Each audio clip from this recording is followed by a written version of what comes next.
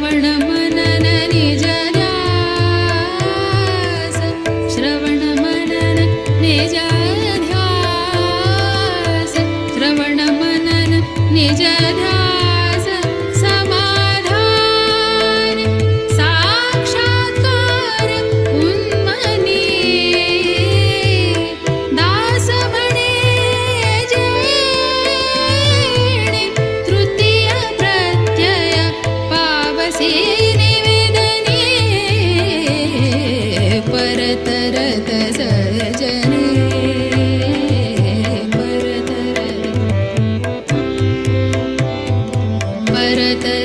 सजने परतरत परतरत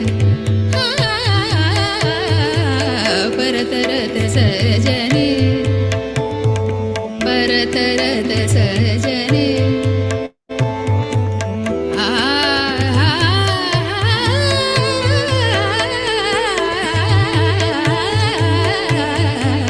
परतरत सजने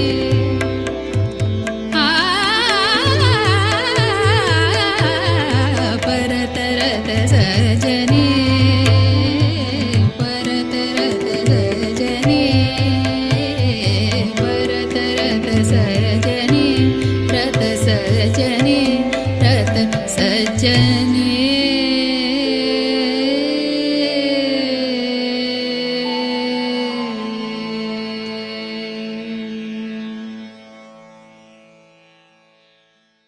नमस्कार तुम्हा सगळ्यांना. हे श्रवण मनन मग निधिध्यासन ते ॲसिम्युलेट करायचं, समाधान मिळवायचा हाच एक मार्ग आहे. दुसरा कुठला मार्गच नाही. आणि त्यासाठी काय झालं पाहिजे, आपलं निधिध्यासन का होत नाही, तर माझं श्रवण होतं. आता आपण सगळे तासभर ऐकत आहोत, 15व्या दशकापर्यंत आपलं मजल आली आहे, ते श्रवण होत आहे. मननही थोडंफार होमवर्कच्या निमित्ताने कधी झालं तर करतो आपण मनन. निधिध्यासन होत नाही कारण आपले सगळे संशयाची निवृत्ती अजून झालेली नाही. त्यामुळे आपण डोळे झाकून देवासमोर जरी बसलं तरी दुसरे दुसरे विचार येतात. मी आपलं माझंच सांगतोय हां. तुमचं तुम्ही प्रत्येकाने आपापलं बघा. तर सगळे संशय गेले जायचा. मग त्यासाठी गुरु काय करतात, गुरुना आता आपल्यासारखे शिष्य असतात, विद्यार्थी असतात, त्या गुरुंना माहिती असतं काय आहे ते. मग मग ते काय करतात, तोच विषय वेगळ्या तऱ्हेनं समजावून सांगतात. हां, मग आता गुरुवर श्रद्धा असेल तो काही तक्रार करत नाही. पण पण मग एखादा असतो तर म्हणतो, काय तर हा विषय येऊन गेलाय हो आधी 2-3दा, तोच पुन्हा काय सांगता आम्हाला. तर आता नवीन समाज जो आपण सुरू करणार आहोत त्याचा विषय आधी येऊन गेलेला आहे हो 2-4 वेळे. तर म्हटलं तर मी तरी आता काय करू. तर पण आपण असं आहे, मी विचार केला की का बरं रामदास स्वामींनी पुन्हा पुन्हा हा विषय असा सांगतो, त्याचं काही कारण आहे. पण आता तो समाज आपण बघू, पण त्याआधी एक आपण वेगळ्या तऱ्हेनं एक आजचा कार्यक्रम करणार आहोत. पण आधी आपली प्रार्थना म्हणूया. तर प्रार्थना.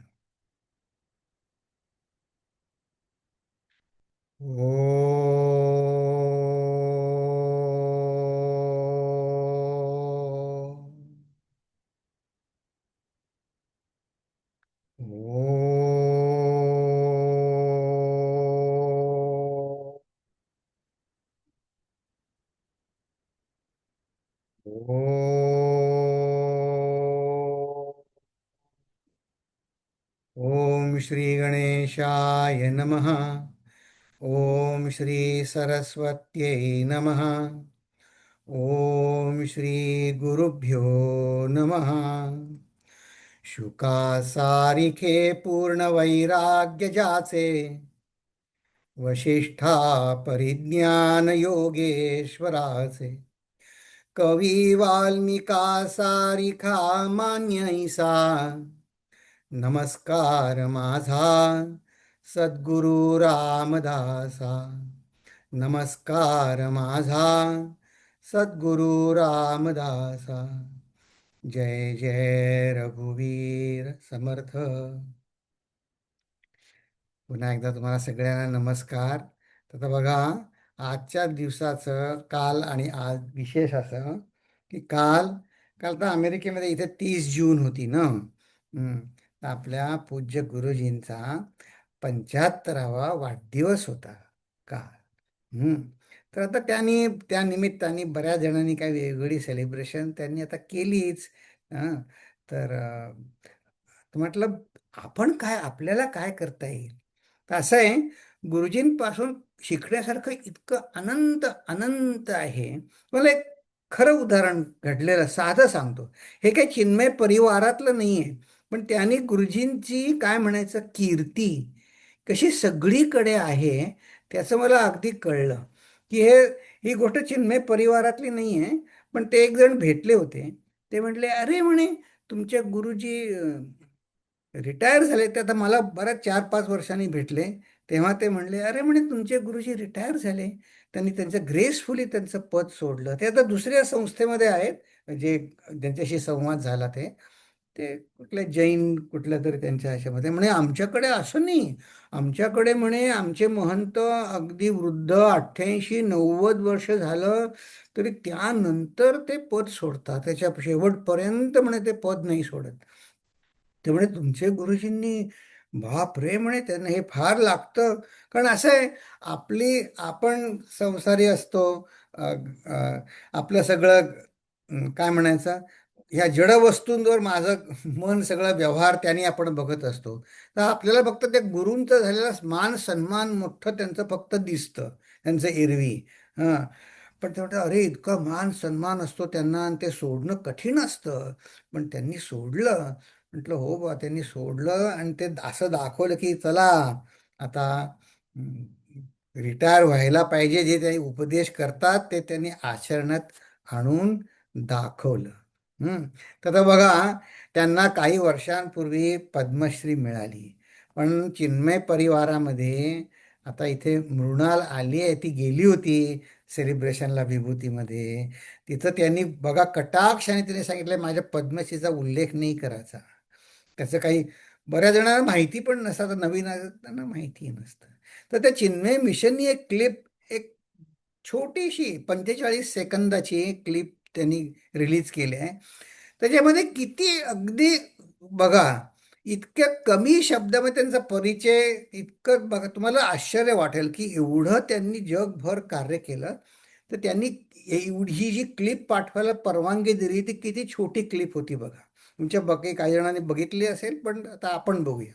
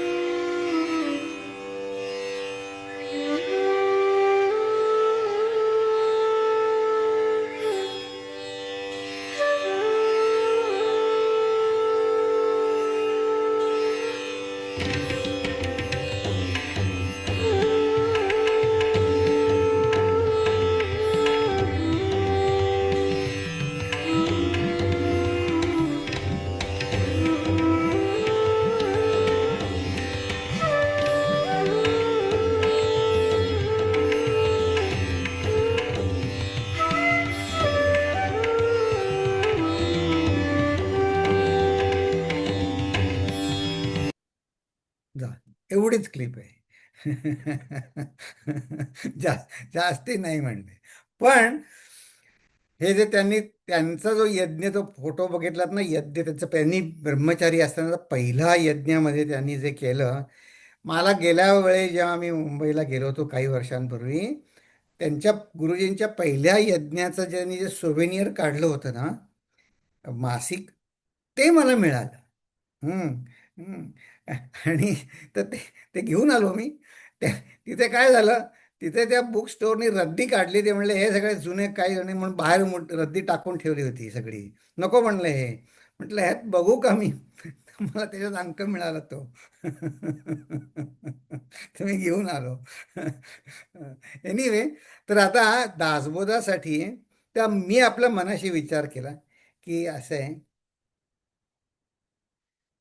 गुरूंना त्यांची अशी इच्छा असते, for him the best celebration is शिष्याला आपल्या साधनेमध्ये गोडी लागावी.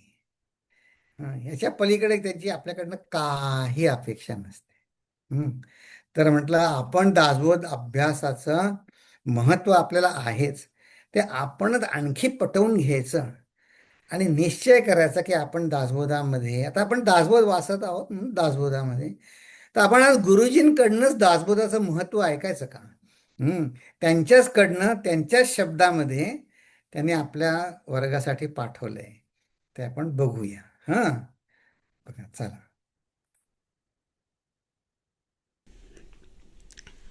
ओम श्री गणेशाय नमः. ओम श्री सरस्वत्यै नमः. ओम श्री गुरुभ्यो नमः.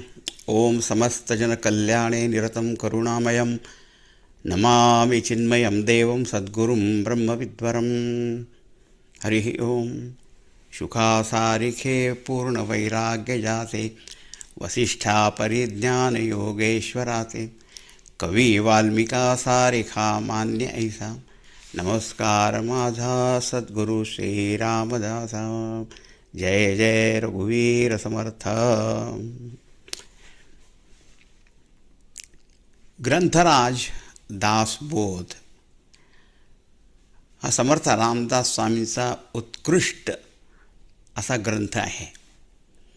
या ग्रंथाविषयी स्वतः स्वामीजी काय म्हणतात त्या शेवटच्या ज्या ओव्या आहे या ग्रंथाच्या, त्यात त्यांनी स्पष्ट केलं आहे.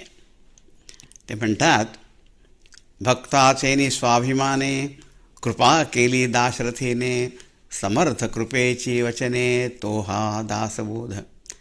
ते म्हणतात की भगवान प्रभू रामचंद्र नेहमी आपल्या भक्तांवर कृपा करत असतात आणि त्यांनी कृपा केली आणि समर्थ कृपेची वचने तो हा दासबोध. आम्ही सर्वजण रामदास स्वामींना समर्थ म्हणतो, पण ते स्वतः नेहमी प्रभू रामचंद्रांना समर्थ म्हणायचे. ते म्हणतात की समर्थ कृपेची वचने तो हा दासबोध. तर हा जो दासबोध आहे ते म्हणतात इथं प्रभू रामचंद्रांची कृपेची हे वचन आहे. त्यांनी कृपेचा वर्षाव केला आणि तो वर्षाव दासबोध ग्रंथाच्या रूपाने आपल्या सगळ्यांसमोर प्रगट झालेला आहे. 20 दशक दासबोध श्रवणाद्वारे घेता शोध मननकर्त्या असं विशद परमार्थ होतो. ज्या लोकांनी हा ग्रंथ पाहिला आहे, वाचला आहे, ऐकला आहे, त्यांना माहीत आहे की याच्यामध्ये 20 दशक आहे. पुढे म्हणतात 20 दशक 200 समास. 20 दशक आणि 200 समास आहेत. 20 दशक दासबोध श्रवणाद्वारे घेता शोध मननकर्त्यास विशद परमार्थ होतो. म्हणजे जे लोक या दासबोध ग्रंथाचं श्रवण करतात आणि मग श्रवण केल्यानंतर मनन पण करतात, तर मग त्यांना जो परमार्थ मार्ग आहे, परमार्थ तत्व, परमार्थ ज्ञानाचं फळ सगळं काही अगदी स्पष्ट होतं. मननकर्त्यास विशद परमार्थ होतो. हे इथे विशेष म्हणजे जे चिंतन मनन करतील त्याच्यावर. कारण पुष्कळ वेळा काय होतं, आपण नुसतं फक्त श्रवण करतो, पण चिंतन मनन फक्त संसाराशीच करत असतो. एक संतवचन मी ऐकलं होतं की जर तुम्ही श्रवण वेदांतच कराल आणि चिंतन जे आहे ते संसाराचं कराल, तर तुम्हाला दुःखाचा अगदी साक्षात्कार होईल. फक्त दुःखच दुःख अनुभव असेल. म्हणून श्रवणानंतर मनन फार महत्त्वाचं आहे आणि तेच उपनिषदांमध्ये पण सांगितलेलं आहे. तर मननकर्त्यास विशद परमार्थ होतो. आता कोणी माहिती इतके 20 दशक आहे, आम्हाला एकदम केवढा वेळ मिळेल, कसा वेळ मिळेल, केव्हा वाचू. ते म्हणतात 20 दशक 200 समास साधके पाहावे सावकाश. समर्थ म्हणतात घाई करू नका, घाई करू नका. हे 200 समास आहे, पण साधके पाहावे सावकाश. हळूहळू हळू पाहिलं पाहिजे आणि विवर्ता विशेष कळू लागे. आणि जर तुम्ही सावकाश, शांत, एकाग्र आणि भक्तिपूर्वक मनाने जर तुम्ही ते वाचाल, ऐकाल, त्याच्यावर मनन कराल, तर मग विवर्ता विशेष कळू लागे. ते सगळं काही स्पष्ट व्हायला लागतं. कारण हा ग्रंथ काही कथा कादंबरी थोडी आहे की तुम्ही लवकर वाचलं, घाईने वाचलं आणि पुस्तक वाचून खाली ठेवलं, असं नाही आहे. तर विवर्ता विशेष कळू लागे. कधी लोकांच्या मनात येतं की एवढा मोठा ग्रंथराज आहे, एवढा सुंदर विषय आहे, मग त्याची काही स्तुती पण केली पाहिजे. पण समर्थ तर फारच निराळ्या विचाराचे होते बरं का. ते म्हणाले, ग्रंथाचे करावे स्तवन. स्तवनाचे काय प्रयोजन? येथे प्रत्ययासी कारण प्रत्ययो पहावा. त्यामुळे स्तुती करायची काय आवश्यकता आहे? Advertisement is not necessary. त्याचे फार प्रशंसा करायची गरज नाही. कारण काय आहे माहिती आहे का? स्तवनाचे काय प्रयोजन? स्तुती करायची काही आवश्यकता नाही. कारण काय? ग्रंथाचे करावे स्तवन. स्तवनाचे काय प्रयोजन? येथे प्रत्ययासी कारण प्रत्ययो पहा. ते म्हणतात इथे जे जे काही सांगितलं आहे, लिहिलं आहे, ते स्वानुभवानी आहे आणि समर्थ कृपेची वचन आहे. तर त्याच्यामुळे तुम्ही स्वतः त्याचा अनुभव घेऊन पहा. आणखी स्तुतीची गरज नाही. प्रत्ययो पहावा. पण कोणाला वाटतं सगळे लोक थोडीसं कविता करतात, काय लिहितात आणि त्यांना त्याचा अभिमान पण होतो. मग स्तुती स्वतःची पण करतात, आपल्या काव्याची पण करतात. ते म्हणतात देह पांचभूताचा करता आत्मा तेथीचा आणि कवित्व प्रकार मनुष्याचा कशावरून? आपला हा जो देह आहे पंचमहाभूतांनी बनलेला आहे. स्वतः जड अचेतन असा हा देह आहे. तो कसा चालला आहे पहा जरा. कोणाच्या उपस्थितीमुळे चालला आहे, कोणाच्या चेतनेमुळे चालला आहे. करता आत्मा तेथीचा. आता अशा जड देहाला जो चालवणारा आहे आत्मा, मग सगळं कर्तृत्व कोणाकडे आहे? मग कवित्व प्रकार मनुष्याचा कशावरून? आणि कवित्व फक्त मी स्वतः केलं असा अभिमान धरणं म्हणजे अज्ञानाचंच लक्षण आहे. करता आत्मा तिथीचा आणि कवित्व प्रकार मनुष्याचा कशावरून? हा जो देह आहे पंचतत्वांचा झाडा केला, तत्व समुदाय उडाला, तेथे कोण्या पदार्थाला अपुरे म्हणावे? देह जो आहे ना पंचतत्वांनी बनलेला आहे. आणि मग सगळ्यांना माहिती आहे हा पंचतत्वात लीन होतो. त्याच्यामध्ये कोणत्या पदार्थाला तुम्ही असं म्हणू शकतात की हे माझं आहे, माझं आहे, माझं आहे? पंचतत्वांचा झाडा केला, तत्व समुदाय उडाला, तेथे कोण्या पदार्थाला अपुरे म्हणावे? उगीच मी आणि माझं म्हणणं सगळे अभिमान अज्ञानाचंच लक्षण आहे. सकळ करणे जगदीशाचे आणि कवित्वची काय मनुष्याचे? ऐशा अप्रमाण बोलण्याचे काय घ्यावे? आता म्हणून असे अप्रमाण आहे सगळं बोलणं बरं काय, की कवित्व माझं आहे किंवा मी कोणत्या कार्याचा करता आहे, सगळे अभिमान सगळे खोटेच आहे. म्हणून म्हणतात पुढे की त्याच्या कोणत्या पदार्थाला आपले म्हणावे? ऐशी ही विचारांची कामे उगेची भ्रमुने भ्रमे जगदीश्वरे अनुक्रमे सकळ केले. हे सगळे विचारांची काम आहे आणि नीट विवेक करून पहा तर मग सगळं स्पष्ट होईल की एक जगदीश्वर आहे फक्त, सर्व तंत्र स्वतंत्र एकमेव अद्वितीय जे परमात्मा, ते तिथे प्रभू रामचंद्र आहे. आणि त्यांच्याचमुळे सर्व हे जगत व्यवहार व्यापार सगळं चालला आहे. आणि त्यांचीच कृपा झाल्यामुळे रामदास स्वामी म्हणतात की हा दासबोध ग्रंथ निर्माण झाला. आणि असा ग्रंथ ज्यांनी कोणी पाहिला, हातांमध्ये पण धरलासुद्धा, त्याला त्याचं वाचन केलं, पठण केलं, श्रवण केलं, ते सगळेच नर आहे ते भाग्यवान आहे, ह्याच्यामध्ये शंका नाही. आणि म्हणून जे जे लोक या ग्रंथराजाचं अध्ययन करत आहेत त्या सर्वांचं मी अभिनंदन करतो आणि प्रभू रामचंद्रांना प्रार्थना करतो, समर्थ रामदास स्वामींना प्रार्थना करतो की त्यांची कृपा या सर्व साधकांवर नेहमीसाठी असू द्यावी आणि त्यांनासुद्धा या परमार्थ ज्ञान आणि परमशुद्ध अशी जी श्रीरामभक्ती आहे त्याची प्राप्ती व्हावी. जय जय रघुवीर समर्थ श्रीराम. हरी ओम.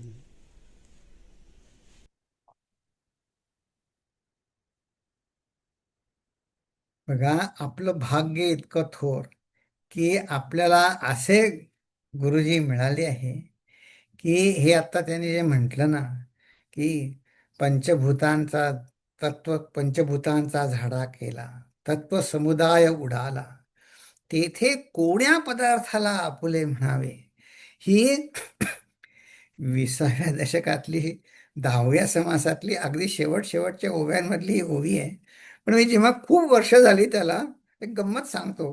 खूप वर्ष, किती ते 2008 साली वाटतं, कधी त्याच्याही आधी गुरुजींबरोबर होतो. आता मी डिटेल काय सांगत नाही, पण त्यांच्याबरोबर मी बरोबर आपलं होतो. त्यांचं काय पाकिट, काय फोन, अमुक तमुक सांभाळायला ते मीटिंगमध्ये. तर त्या मीटिंगमध्ये बाहेरचे कोणतरी चिन्मय मिशनच्या बाहेरचे आले होते. काहीतरी त्यांचं त्यांचं काम होतं. गुरुजींना ते काहीतरी करा म्हणून आग्रह धरत होते. गुरुजी म्हणले, नाही, हे मिशनच्या ह्याच्यात बसत नाही, मी हे नाही करणार, नको आपण आहे. तर ते मनुष्य रागवले, आरडाओरडी थोडं आणखीन खूप रागवले.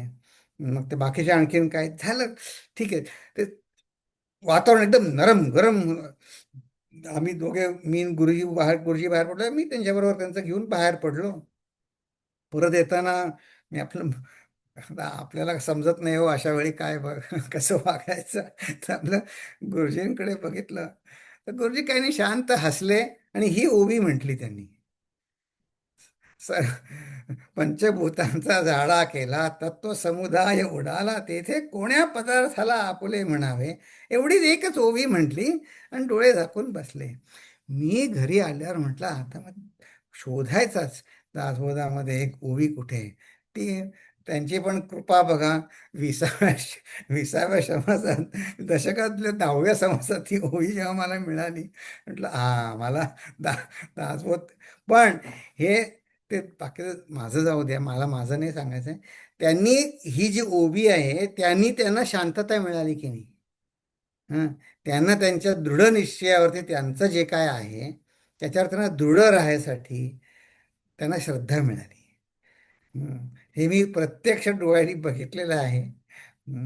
आणि तेव्हा मला अगदी खात्री पडली. तर असे गुरुजी आपल्याला लाभले आहेत, तर त्यांच्या मार्गदर्शनाखाली आता आपला हा गेल्या वेळे ही चातुर्य विवरणाचा आपला समास पूर्ण झाला. मी आपला असा विचार केला की आपण बर्थडे सेलिब्रेशन कसं करू शकतो. तर आपण चांगलं वागलं की आपल्या जसं छोटी मुलं असतात, तर आपल्या आईवडिलांना आनंद होतो की नाही, की आज जरा मुलांनी न सांगता अभ्यास केला.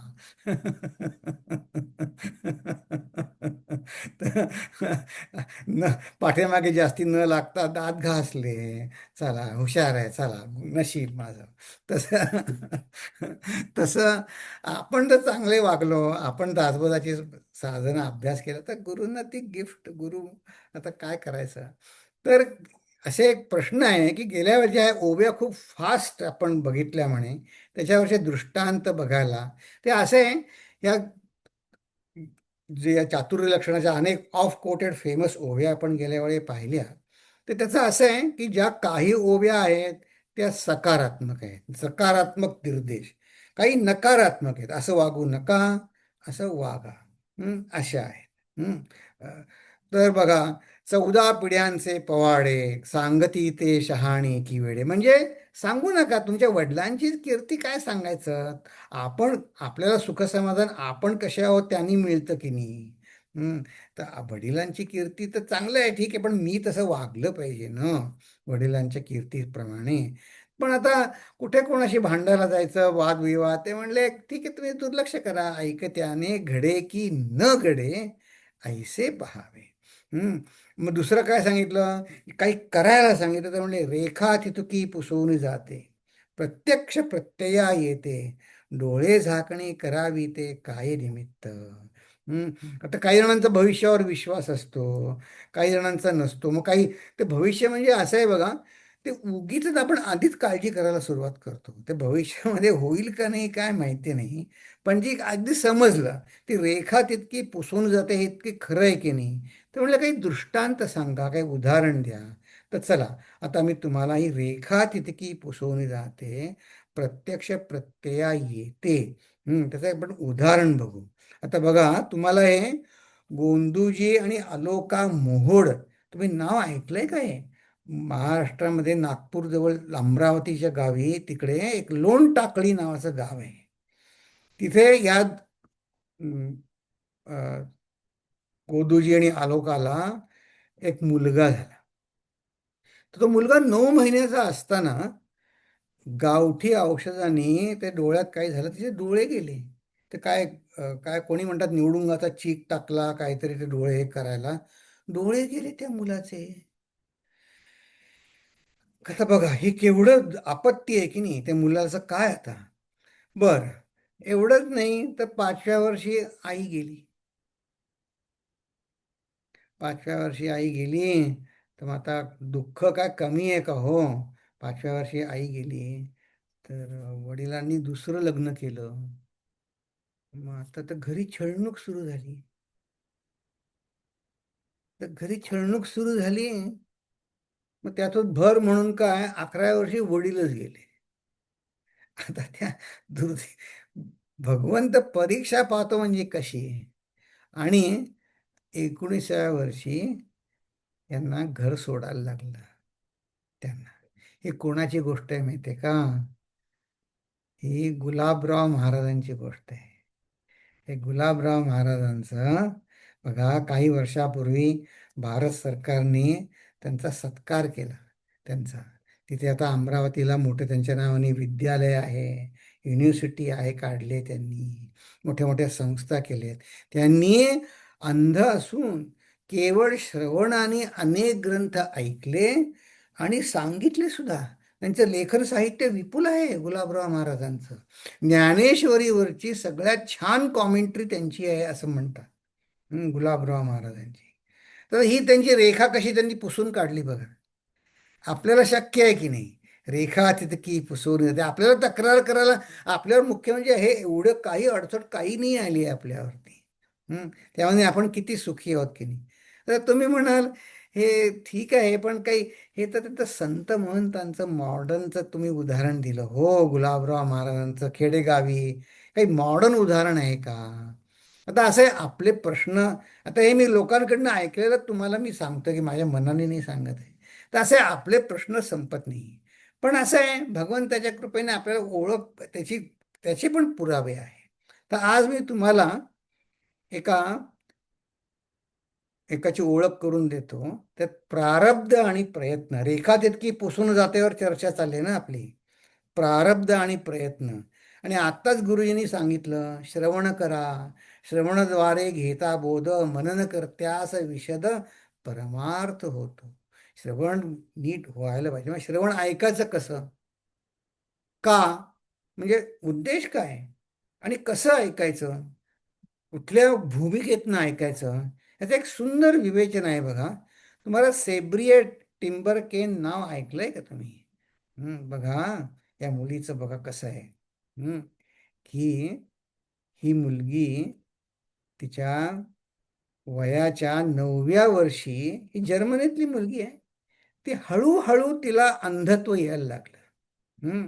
व आईवडिलांनी दाखवलं डॉक्टरनं, ते म्हणले आता ही ती अंध होईल, काही इलाज नाही ह्याच्यावर. बघा, ही अगदी अलीकडली ती आहेत अजून. हम्म मग त्या म्हणल्या मला अंधकार पूर्ण जीवन जगायला लागेल याची माझ्या मनात भीती बसली. 9 वर्षाची मुलगी हो, छोटी. हम्म 12व्या वर्षी पूर्ण अंधत्व आलं. पण म्हणले, ती मुलगी सांगतेय, या आता मोठ्या आहेत, मी या दुरापत्तीतही सुयोग पाहण्यास शोधण्यास शिकले. तर त्यांची एका ठाण्याला एक संस्था आहे, वेद नाव तिचं, मला अनेकांना ऐकून कदाचित माहीत असेल, वेद संस्था. त्या संस्थेमध्ये त्यांना बोलवलं होतं की याच्यावरती इतक्या बळावर त्यांनी मात केली. त्याचं इंग्रजी मराठी त्यांची मुलाखत घेतली आहे, ती ऐकूया आपण 3 मिनिटं. त्या काय म्हणतात त्याच्यावरनं कसं ऐकायचं ते आपल्याला कळेल. तर त्यांनी काय केलं, मग अंधांना ब्रेल लिपीनं शिकतात ते, ब्रेल लिपी. तर त्यांनी, या मुलीनी आणि तिच्या आईवडिलांनी मिळून ब्रेल विदाऊट बॉर्डर्स, ती म्हणली आतापर्यंत जी ब्रेल लिपी जी होती ती, ते स्वतः अंध नव्हते, पण म्हणले ती अंधांना जास्ती उपयोगी नव्हती, म्हणून हिनं ब्रेल लिपी आणखीन डेव्हलप केली या मुलीनी. हां, नंतर तिला असं कळलं, कसं बघा देवाचे धागेदोरे असतात. तिला कळलं की तिबेटी भाषेमध्ये ब्रेल लिपी नाही आहे, आणि बुद्ध धर्मामध्ये अंध मुलाला अत्यंत काहीतरी भगवंताचा कोप झाला असं समजतात. तर ती म्हणली नाही, मी त्या तिबेटी मुलांसाठी काहीतरी करणार, म्हणून ती तिबेटी भाषा शिकली आणि तिबेटी भाषेमध्ये ब्रेल लिपी तिनं आणली तिथल्या मुलांसाठी करायला. हं, आणि तिथे आता अंध मुलांसाठी संस्था काढली आहे तिने. तर बघा, तिची मुलाखत आपण ऐकू, तिने आपल्याला श्रवण कसं करायचं आणि हाऊ पॉवरफुल इट इज ते कळेल. ती इंग्रजी मराठीत असं आहे, पण तुम्हाला दोन्ही आवडेल. की बघा. So I observed myself and I figured out that a lot of things changed to the better. For example, I could suddenly focus. I was not distracted by Hollywood and Bollywood or by all the beautiful people surrounding me. I was really concentrating on what really mattered. माझ्या असं लक्षात आलं की अंधत्वाचा पहिला फायदा असा होता की आता मला ज्या गोष्टीवरती माझं लक्ष केंद्रित करायचं आहे त्या गोष्टीवरती मला लक्ष केंद्रित करता यायला लागलं. ज्या गोष्टी मला विचलित करायच्या अशा गोष्टींची संख्या अचानकपणे कमी झाली होती. So I also figured out that my communication skills became much better because I had to listen. I mean, the ears are the gateway to the world. So I had to listen to my surrounding. And also I figured out if I were not able to communicate clearly, I become invisible. So I was forced to become a better communicator. माझ्याकडे आता दृष्टी नसल्यामुळे मी कान देऊन ऐकण्यावरती लक्ष केंद्रित करायला लागले. कारण कान देऊन ऐकणं हा तर संवादाचा गाभा आहे आणि संवादाशिवाय माझं अस्तित्व आता जगाला कळणार तरी कसं. म्हणजेच जणू काही या अंधत्वाने मला माझी संवाद कौशल्य वाढवायला भागच पाडलं. I thought, with all these good things, I can wait for darkness and it doesn't matter anymore. But you know what? Darkness never came because my visual cortex understood everything that I heard and smelled and touched and imagined. It put it into pictures, into very colorful visual pictures, and maybe my world became even more colorful than it was before. सेब्री आपल्याला सांगते की मी अशा पद्धतीने जेव्हा स्वतःच्या मनावरती काम करायला सुरुवात केली तेव्हा माझ्या असं लक्षात आलं की अंधार हा अंधार राहिलाच नाही. माझ्या मेंदूमधलं दृष्टीचं जे केंद्र होतं त्यामधून जे मला ऐकायला येत होतं, ज्याचा मला गंध येत होता, ज्याचा मी स्पर्श करू शकत होते, या सगळ्यांचं रूपांतर जणू काही प्रतिमांमध्ये होत होतं. आणि ह्या सगळ्या प्रतिमा रंगांनी भरलेल्या आणि भारलेल्या होत्या. माझं जग आता पूर्वीपेक्षाही जास्त देखणं आणि रंगीत झालं होतं. बघा, आता आपल्याला काही तक्रार करायला जागा आहे का? काही जाई. हां, हे समर्थांची जी ओवी आहे ती किती तंतोतंत आहे की नाही. आपल्या प्रयत्नाने डोळे झाकणी करावीत. ते म्हणते, मी लक्षपूर्वक ऐकण्याची कला अवगत केल्याने मला ज्या अंधकाराची भीती वाटत होती तो कधी जाणवलाच नाही. बघा किती सुंदर आहे. असंच या गुलाबराव महाराजांचं, तर हे रेखा तितकी पुसवली जाते. आपल्यावर कठीण प्रसंग, भगवंताच्या कृपेने एवढे खरं कठीण प्रसंग आपल्याला नाही आहेत. हं. आपल्याला सर्व भगवंतानी अनुकूल केलंय. गेल्या जन्मी म्हणा, आपल्या सद्गुरूंच्या पुण्याईनं म्हणा, आपल्याला साधना अगदी गुरूंनी सुलभ करून ठेवलेली आहे. हं. तर आपण आपल्याला काही तक्रारीला जागा नाही बरं का. तर हे अगदी खरं आहे. तर आता ह्या पुढच्या ओव्या सुद्धा असंच आहे की अं, उदंड उदंडाचे उदंड ऐकावे. पण बघा पुन्हा इथे सुद्धा प्रत्यय प्रत्यय अंतरी प्रत्यय पहावा. खरे खोटे निवडावे अंतर्यामी. लोकाशी वाद घालायचं हे नाहीच आहे. लोकाशी घालायसाठी नाही आहे, आपल्या स्वतःसाठी आहे सगळे. हम्म. आता आता मीर सांगत होते, ते पण होते त्या काय कुठला होतं ते, सियाटलचं मराठी मंडळ. तर ते एकांनी मला प्रश्न विचारला त्या मराठी मंडळामध्ये, बोलावं होतं मला त्यांनी.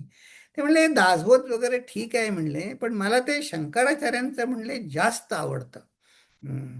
त्यांचं जे निर्वाण षटकं आहे ते. मग याच्यावर म्हटलं तुमचं काय म्हणणं आहे. म्हटलं माझं काही नाही म्हणणं, शंकराचार्यांवर कोणी म्हणणारा मी कोण आहे, माझं काही म्हणणं नाही. फक्त म्हटलं एक आहे, त्यांचं जे निर्वाण षटक आहे ते साधना नाही आहे, साधना रूप नाही आहे ते.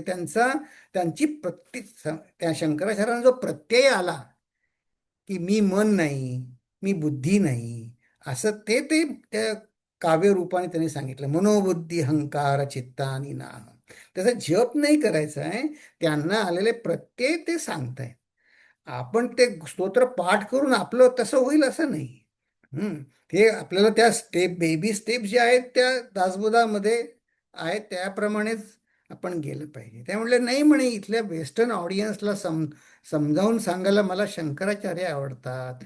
म्हटलं ते ठीक आहे, पण म्हटलं आपला दासबोध तर म्हटलं फक्त मी बोलून गेलो, म्हटलं आपला दासबोध तर फक्त आपल्यासाठी आहे. चिंतनासाठी आहे. आता काय करायचं. हे फार आपल्याला सांभाळायला पाहिजे बघा, की अ, आपल्याला या बेबी स्टेप समर्थ सांगत आहेत आपल्या लेवलला येऊन. बघा की लिडरशिप असली तरी त्या वादामध्ये पडू नये. शेवटी मी म्हटलं नाही, मला काही नाही सांगायचं, छान आहे सगळं म्हटलं. शंकराचार्यांनी सांगितले तुम्हाला आवडतं ना ते स्तोत्र, ते म्हणा तुम्ही, काही हरकत नाही. बेडे करावे शहाणे तरीच जेणे श्लाघ्यवाणे, उगेज वादांग वाढविणे हे मूर्खपणे. हे मिळवून जाऊन मिळवावे, पडी घेऊन उलथावे, काहीच कळून धावे, विवेक बळे. तर हे अशा अनेक ओव्या आहेत. इथं परलोक शब्दाचा पुन्हा त्यांनी एकाने विचारलं. परलोक म्हणजे स्वर्ग असं नाही, परलोक म्हणजे वरच्या भूमिकेवरती. पर शब्दाचे खूप अर्थ आहेत.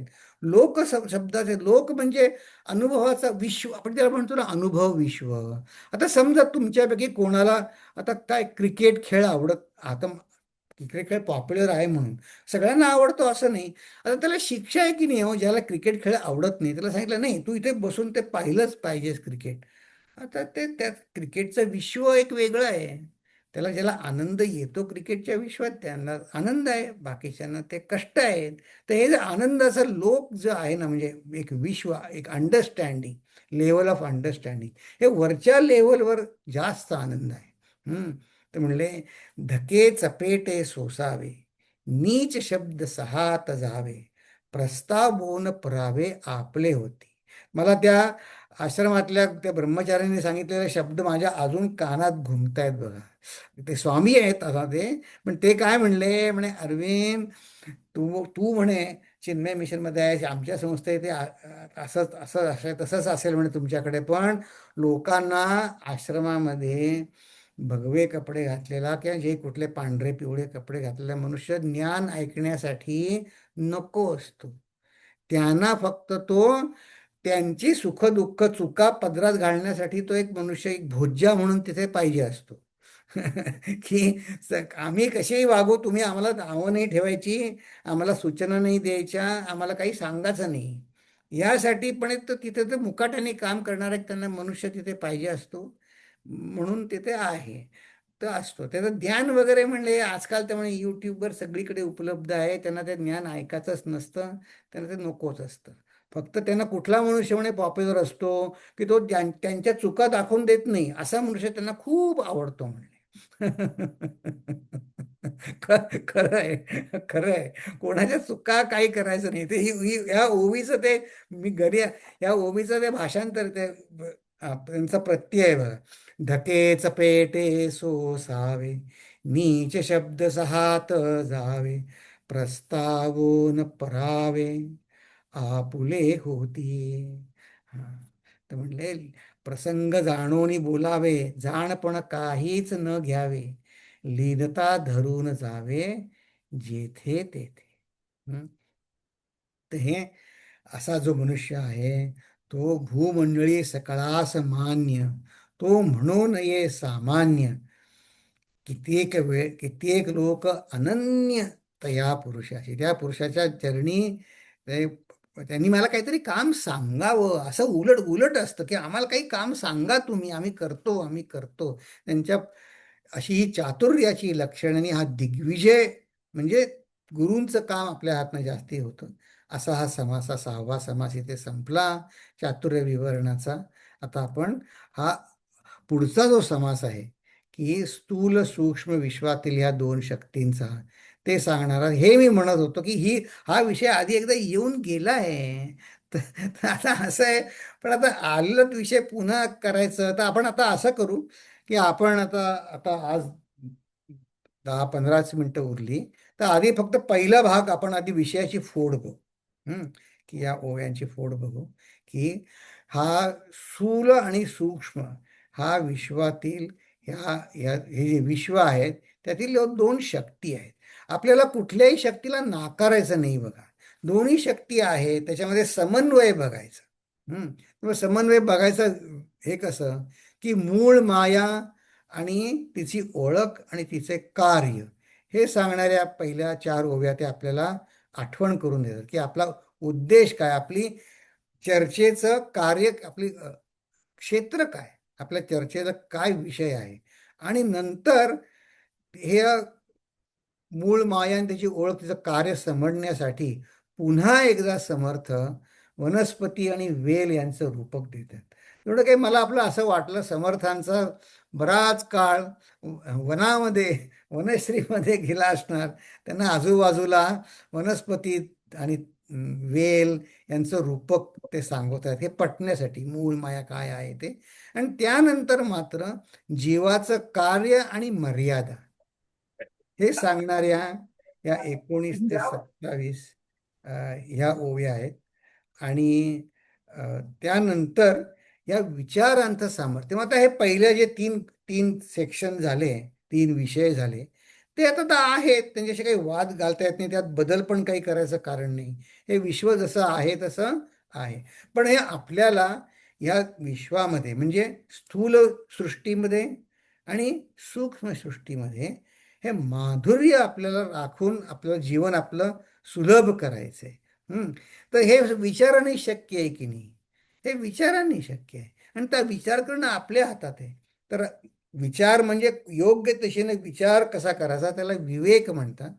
विवेक, आणि हा जो विवेक केलेला आहे तो माझ्या लक्षात राहायला पाहिजे ना, त्याचा सारखं लक्षात पाहिजे. स्मरण, तर विवेक स्मरण, आणि त्या स्मरणानुसार मग कृती, की मी जसं शिकलो तशी कृती झाली पाहिजे माझ्या हातून.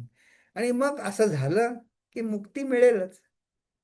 की हा क्रम आहे, ही क्रांती नाही आहे, हा विकास आहे. फरक जाणता ना तुम्ही, क्रांती एकदम आज आहे उद्या नाही असं ते उलथापालथ करते आयुष्यामध्ये. क्रांती ही क्रांती नाही आहे, हा विकास आहे. कारण हळूहळू बदल होतो. तर आता आपण बघूया. ओव्या. हा 7वा अधोर्ध निरूपण. श्रीराम नाना विकाराचे मूळ, ते हे मूळ मायाच केवळ, अचंचळी जे चंचळ सूक्ष्म रूपे. आधी हा विचार पुरा करतो, मग आपण पुन्हा मागे येऊ. मूळ माया जाणीवेची, मुळींच्या मूळ संकल्पाची, ओळखी षड्गुणेश्वराची, येणेची न्यावे. बघा, हे षड्गुणेश्वर आता हा जो परमात्मा आहे त्याला स्वतःच्या शक्तीची जाणीव झाली, मग त्याच्या मनात एक हुंकार उमटला आणि जी परमात्म्यापाशी शक्ती जी आहे ती व्यक्त करायसाठी त्यांनी जो मार्ग शोधला, त्यांनी जी प्रोसेस निवडली किंवा जी शक्ती व्यक्त व्हायला लागली त्याला आपण माया असं म्हणतात. आणि ही माया जगतसृष्टीमध्ये असं एक, एकाला काय म्हणायचं, कॅटेगरायझेशन म्हणायचं झालं तर हे कॅटेगरायझेशन 6 प्रजे ॲस्पेक्ट्स, आयाम, डायमेन्शन्स, त्या षटगुणांनी भगवंताचं ऐश्वर प्रगट होतं. तर बघा, विष्णू पुराणामध्ये एक सुंदर श्लोक आहे. विष्णू पुराण, त्याच्यामध्ये भगवान शब्दाची व्याख्या दिली. ऐश्वर्यस्य समग्रस्य वीर्यस्य यशस श्रियः ज्ञानवैराग्ययोश्चैव षण्णां भग इति रणः इति रणा इति ईरणा म्हणजे ह्या तऱ्हेनं तुम्ही आपण जाणून घेऊया. भग म्हणजे भगवान शब्द जो आहे तो भग या शब्दापासून येतो. वान, भाग्यवान म्हणतो की नाही आपण, त्यांनी परिपूर्ण या भाग्याने, ही कुठली कुठली, ते 6 त्यांची ऐश्वर्याचे आयाम किंवा डायमेन्शन्स किंवा लोक सांगितले. आणि हे सगळं समग्र आहे, यांचा एकमेकाशी विरोध नाही आहे. आपलं सुद्धा आपण बघा, आपण सामाजिक क्षेत्रात यशस्वी असेल तर तो कुटुंबामध्ये यशस्वी असेलच असं नाही. कुटुंबामध्ये यशस्वी असेल पण मग तो त्याच्या ऑफिसमध्ये खूप यशस्वी असेल असं नाही. तर आपल्या यशाला मर्यादा असतात. पण हे भगवंताचं ऐश्वर समग्र आहे, त्याचं ऐश्वर आहे, ग्लोरी आहे, त्याच्यामध्ये जोश आहे. जो आपण आता बघा आता रामायणामध्ये त्याचं वीर्य रस आहे, त्याला यश आहे, त्याला श्री संपत्ती, म्हणजे त्यांनी सगळ्यांना, स्वतःला आणि इतरांना त्यांनी संपन्न केलं, म्हणजे त्यांना सुद्धा कृतकृत्य वाटलं. आणि हे फ्रॉम बेसिस ऑफ नॉलेज. एवढं करून ते त्या ऐश्वर्यामध्ये, यशामध्ये स्वतः अडकले नाहीत. त्यांना वैराग्य आहे त्याचं, त्या म्हणजे त्याच्या पलीकडे आहेत ते. त्याच्यात ते अडकून नाही राहिले. अशी षडगुणैश्वर्य अशा भगवंताचं मूळ ही माया आहे. आणि त्याला बेसिस हे काय म्हणायचं, अचंचल किंवा ज्याला आपण चैतन्य परमात्मा म्हणतो ते आहे. आणि ते चैतन्य, मूळ चैतन्य, तुम्ही आम्ही आपण त्याचेच बनलो आहोत बरं का, आपण काही वेगळं नाही आहे. तर ते समर्थ या 3 आणि 4 मध्ये हा थॉट पूर्ण होतो. तर ही प्रकृती पुरुष आपण ज्याला म्हणतो त्याला शिव आणि शक्ती म्हणतात. प्रकृती पुरुष शिवशक्ती आर्दनारी नटेश्वर म्हणती, परिते आवगी जगज्योती मूळ त्यासी. बघा, या आता आमचा समर कॅम्प चालू आहे ना, तिथं आमचं शिवशक्ती आता थीम आहे यावर्षी. दरवर्षी आमची वेगवेगळी थीम असते, तर यावर्षीची थीम आहे शिवशक्ती. हा जो कॉन्सेप्ट आहे तो बघा, लहान मुलांना आधी तर आम्हाला शिकायला लागतं की हा कॉन्सेप्ट छोट्या मुलांना कसा समजावून सांगायचा. ते खूप छान प्रोसेस आहे, मला खूप आवडतं हे शिकायला, की मुलांना कसं शिकवायचं हेच मला खूप आवडतं. ते हे प्रकृती पुरुष, ते शिवशक्ती, त्यालाच अर्धनारी नटेश्वर म्हणले. म्हणजे सगळं जगज्योतीमुळे शक्य आहे. संकल्पाचे जे चळण तेची वायोचे लक्षण, वायो आणि त्रिगुण आणि पंचभूते. आणि हे समजण्यासाठी वनस्पती आणि वेल यांचे रूपक रचले. पण ठीक आहे, अगदी आपण या 1 ते 4 ओव्यांवर विचार करू. की आपलं जे सगळ्या अध्यात्म साधना आहे ते ह्या नाना विकारांचे जे मूळ आहे, आपलं जीवन आपलं विकारांमध्ये आहे. पण त्याच्या मुळाशी हे अचंचल जे आहे चैतन्य, की जे चंचलपणे सूक्ष्मपणे व्यक्त होतं. आणि मग जे कसं व्यक्त होतं त्याचा प्रवास त्यांनी जो सांगितला, की आधी ती मूळ माया होती, मग त्या मूळ मायेचा जो संकल्प होता तो हे षडगुणेश्वर भगवंताच्या, त्यांनीच आपण सगळे भगवंताचे मिनी मिनी मिनी अवतार आहोत, पण आहोत. आणि हे ओळखण्यासाठी ही सगळी उदाहरणं देतात. मग एक इतकं कठीण का जातं हो आपल्याला? का बरं कठीण जातं? तर त्याला मर्यादा अशी आहे बघा. तुम्ही विचार, आपण सोप्या शब्दात विचार करू म्हणजे काय होईल. आता ह्या ज्या पुढच्या ओव्या आहेत ना, ते आपल्याला रिपिटिशन वाटणार नाही आणि त्यातनं आपल्याला शिकायसाठी एक वेगवेगळे इंडिकेटर्स मिळतील. तर आधी आपण आपली शिकायची मर्यादा जाणून घेऊ. आतापर्यंत आपण आता काय आपलं 50-60 जे काय वय असेल, आपण आतापर्यंत कसं शिकलो हो? की आता समजा आपण कोणी म्हणलं मातीचं मडकं आहे, मग त्यांनी काय आपल्या शिक्षकांनी आपल्याला मडकं दाखवलं. मग आपल्या डोळ्यासमोर आकार आला. मोटार, विमान. मग आता हे शब्द उच्चारल्यावर काय होतं? त्याचा एक आपण आपल्या मनामध्ये कॉन्सेप्ट तयार करतो. आपण त्याचा एक कॉन्सेप्ट होतो. मग काय झाड म्हटलं, गाय म्हटलं की आपल्या डोळ्यासमोर समोर कदाचित गाय नसेल, पण एक कॉन्सेप्ट तयार होतो. आता हे जे लोक आर्किटेक्ट असतात ना, त्यांचं हीच तर खासियत आहे की ते इमारत समोर नसताना ते कॉन्सेप्टनी ते कागदावर उमटवतात त्यांचा जो कॉन्सेप्ट आहे इमारतीचा तो. हां, म्हणजे त्याची जाणीव अधिक खोल झाली. मग आता ते ठीक आहे, आर्किटेक्ट असू दे, आपण आपल्या आपल्या लेवलने आपण विचार करू. तर आता आपण ठीक आहे, आंबा, फळ असा डोळ्यासमोर आपला एक आकार आला.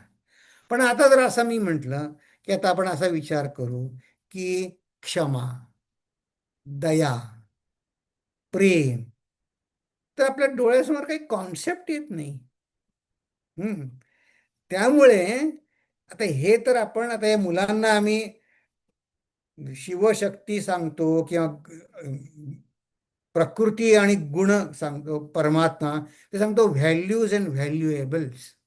तर व्हॅल्युएबल्स तर समोर हातात धरून जड वस्तू आहे व्हॅल्युएबल्स, त्याचा कॉन्सेप्ट येऊ शकतो.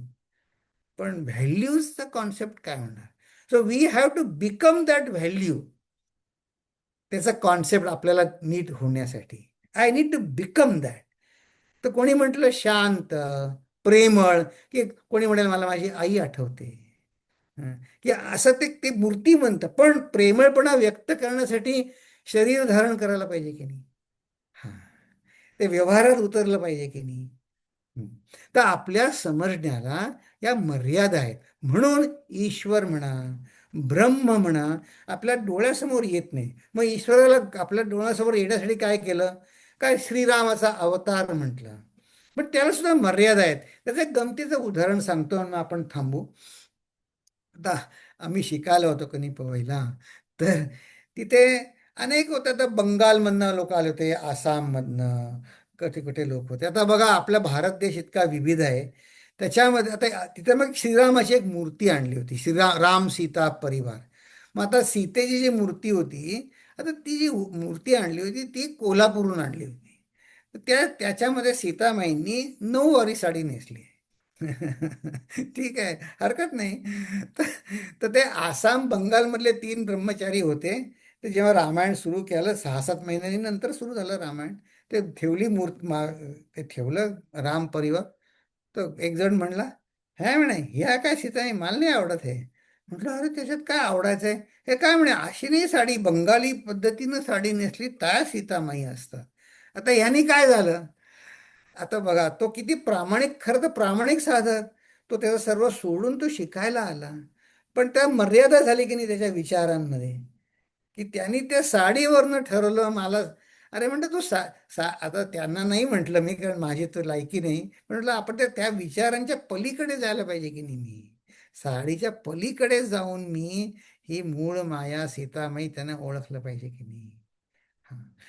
मग संत काय करतात, या सर्वव्यापी भगवंताला ओळखण्यासाठी हे असं वनस्पतीचं उदाहरण देतात, की ज्या वनस्पतीमध्ये पाण्याचाच तर सगळा खेळ आहे की नाही, पाणी.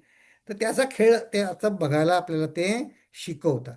तर त्या ओव्या आपण आता पुढच्या आठवड्यात बघू. पण आता मी प्रार्थना म्हणतो, मला तुम्हाला एक महत्त्वाची सूचना सांगायची. आधी प्रार्थना म्हणतो, मग आपण ती सूचना ऐकूया. आणि मग आपण या विषयावर ज्यांना काही चर्चा करायची असेल तर आपल्याला 2 मिनिटं आहेत. तर मी आधी प्रार्थना म्हणतो, पण आता ती मी सूचना ऐका, मग मी जा. मी प्रार्थना म्हणतो. ओम पूर्णमद पूर्णमिदं पूर्णात् पूर्णमुदच्यते पूर्णस्य पूर्णमादाय पूर्णमेवावशिष्यते ॐ शान्ति शान्ति शान्तिः हरिः ॐ श्रीगुरुभ्यो नमः हरिः ॐ. तर असं आहे, सूचना अशी की पुढच्या आठवड्यात तर आपला वर्ग होईल, पण त्याच्यानंतरचे 2 आठवडे मी भारतात जाणार आहे, पवईला, गुरुजींना भेटायला. तर त्या 2 आठवड्यात काही आपला वर्ग होणार नाही. तर क्षमा करा, पण त्यानंतर पुन्हा मला प्रवासाला एका ठिकाणी जायचंय. तर मध्ये आपण 1 आठवडा, असं नको व्हायला की खूप दिवस क्लासच नाही आहे, तर मध्ये आपण 1 आठवडा भेटू. त्यावेळेस याच्यावरती आपण पुन्हा एकदा सोप्या शब्दामध्ये हा विषय बघू, चालेल ना? मग पुन्हा 1 आठवडा मी सुट्टी घेणार आहे. तर ते असे जे टवाळ मुलं असतात ना, ती शिक्षकांना आधीच सांगतात, मी नंतर पुन्हा सुट्टी घेणार आहे कामचुकार ज्यांना अभ्यास नसतो करायचा ते आधीच सांगतात की मी आता 2 आठवडे नाही आहे, पण मी आणखीन तुम्ही सगळं प्रेमाने माझं ते ऐकता, मला तुमचे आभार आहेत तुमचे. तर पुढच्या आठवड्यात आपण भेटू, पण त्यानंतर मात्र 2 आठवडे मी नाही आहे.